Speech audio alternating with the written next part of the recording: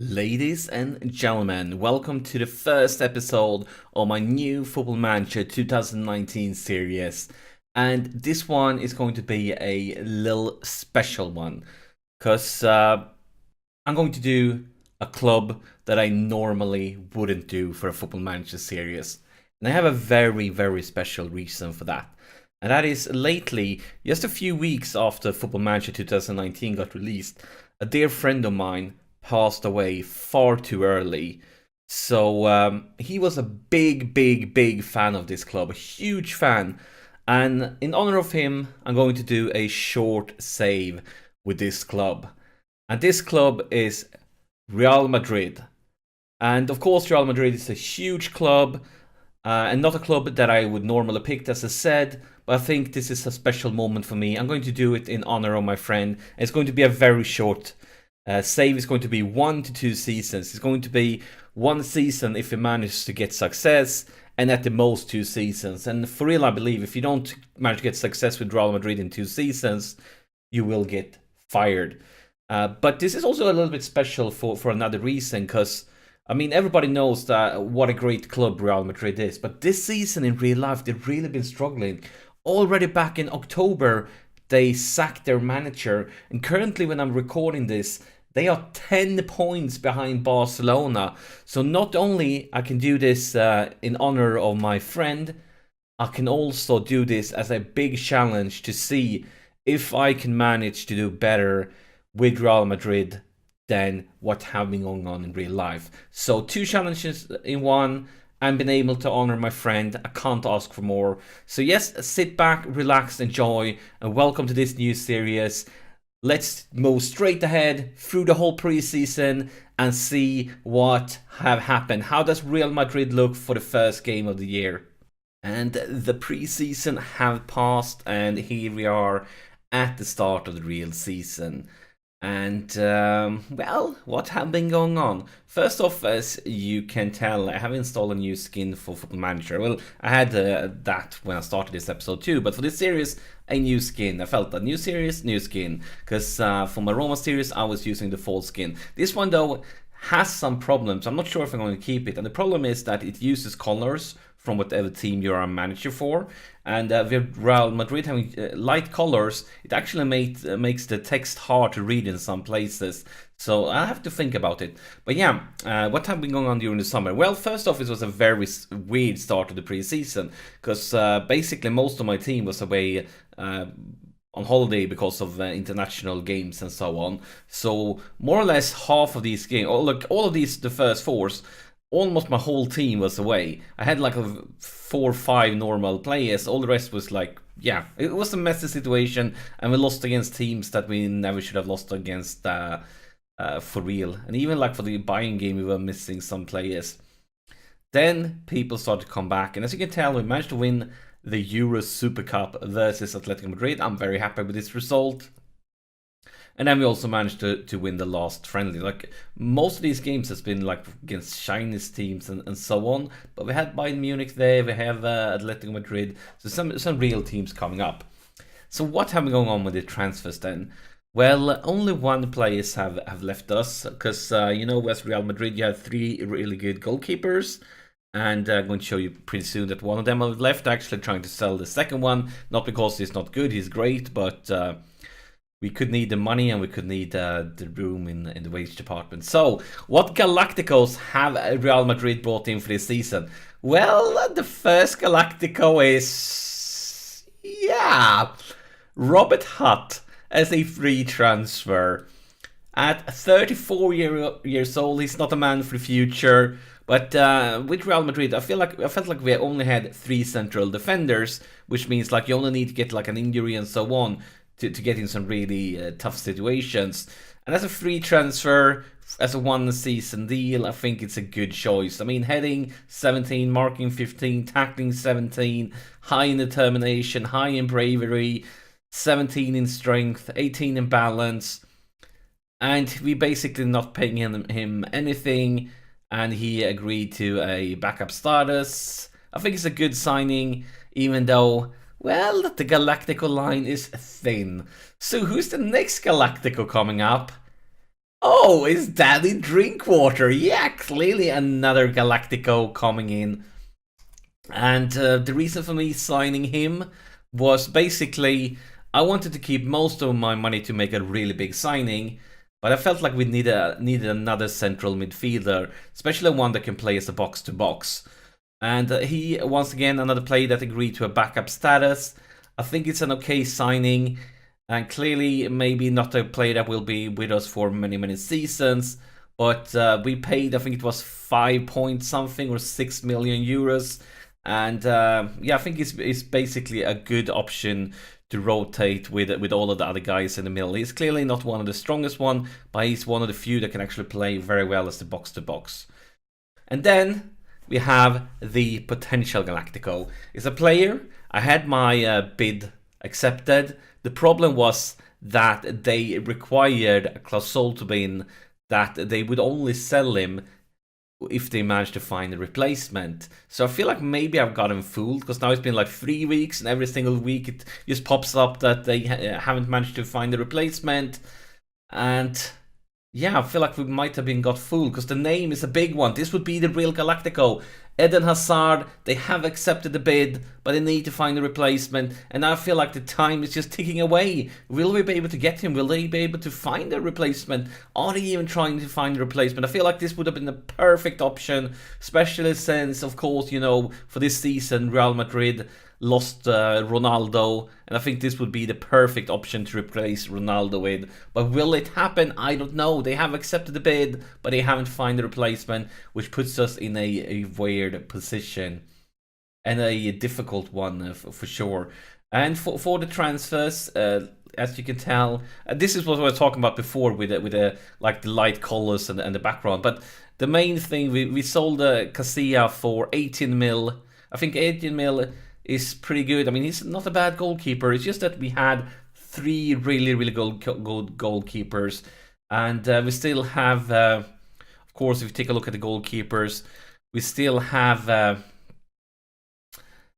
Courtois and Navas. And I'm actually trying to sell Navas, not because he's not fantastic, because he is, but because we could get a lot of money and we could make room in the wage department. Because looking at our finances, we are spending more than our wage budget, and if we manage to get Hazard, we need to get a good room in the wage budget, because I know it's going to demand a lot of money.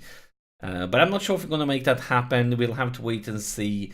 And of course, we have a decent amount of money, but not like an insane amount. So we'll have to wait and see. And of course, if I feel like the Hazard is just ticking away, nothing is happening, then we may have to try to sign somebody else. During the preseason, I've been working with 2 formations mainly. It's this one and is that one.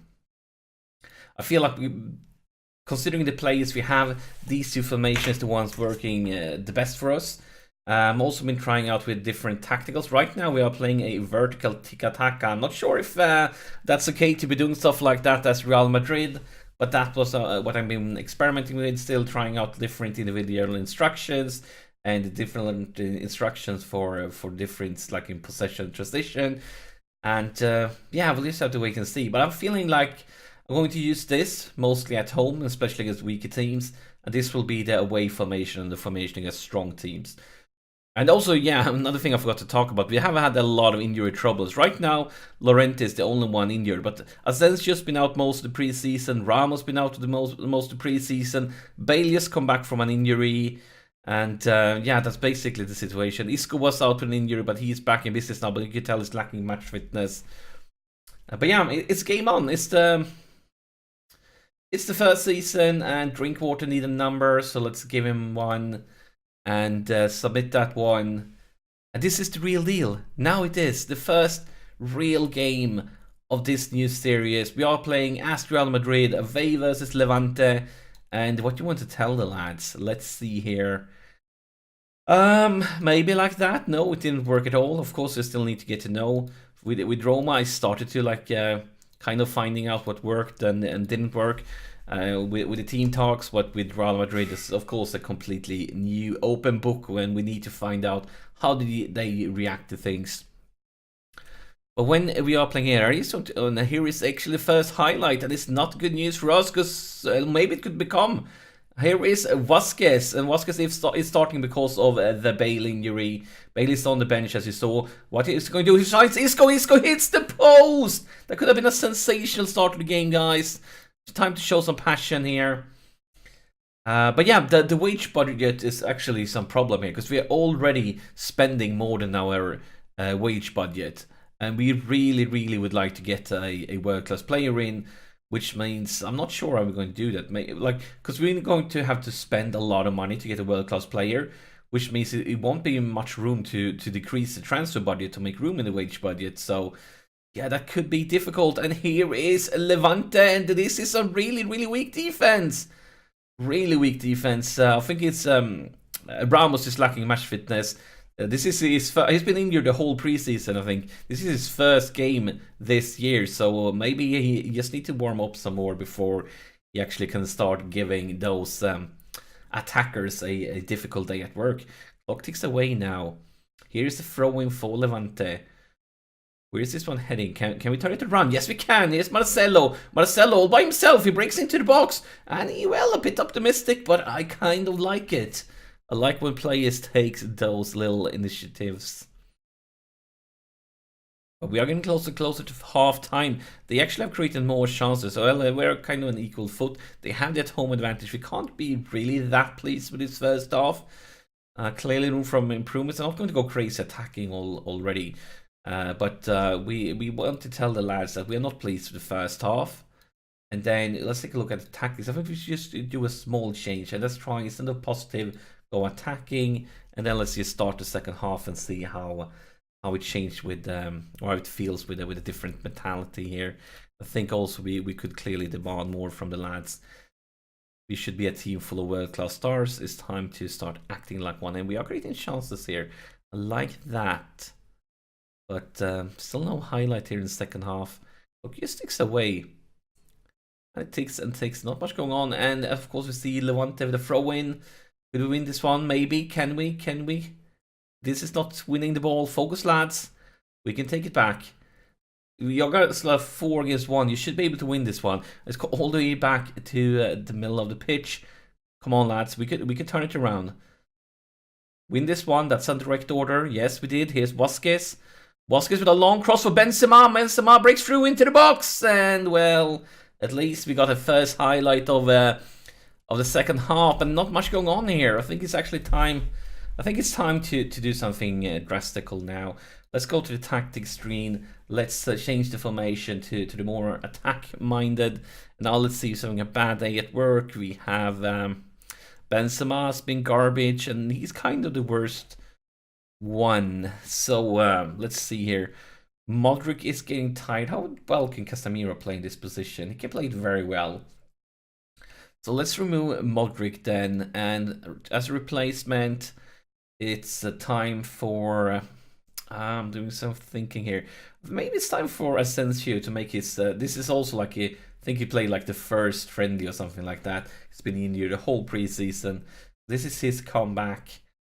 Other than him, okay, we could keep Benzema on for a little bit longer and try him as a role that suits him better. I think let's just keep it like this for a short while, see how it feels. Let's save the last subs for a little bit longer. Clock just ticks away though. Nothing goes on, but here is Marcelo with a throw-in for Toni Kroos. Back to Marcelo. Isco sets up Benzema, but he's a bit lonely. He's a backup, guys. He's trying to find Vasquez, and he does. And not the right direction, but here is Carvalho. And into the box, and it's cleared again. Where's this one heading? It's cleared by defense, but Ramos picks it up. Going for Toni Kroos. Asensio, Casemiro. Into the box, and here is Benzema. Yes, we did the right thing to trust him, to keep him on.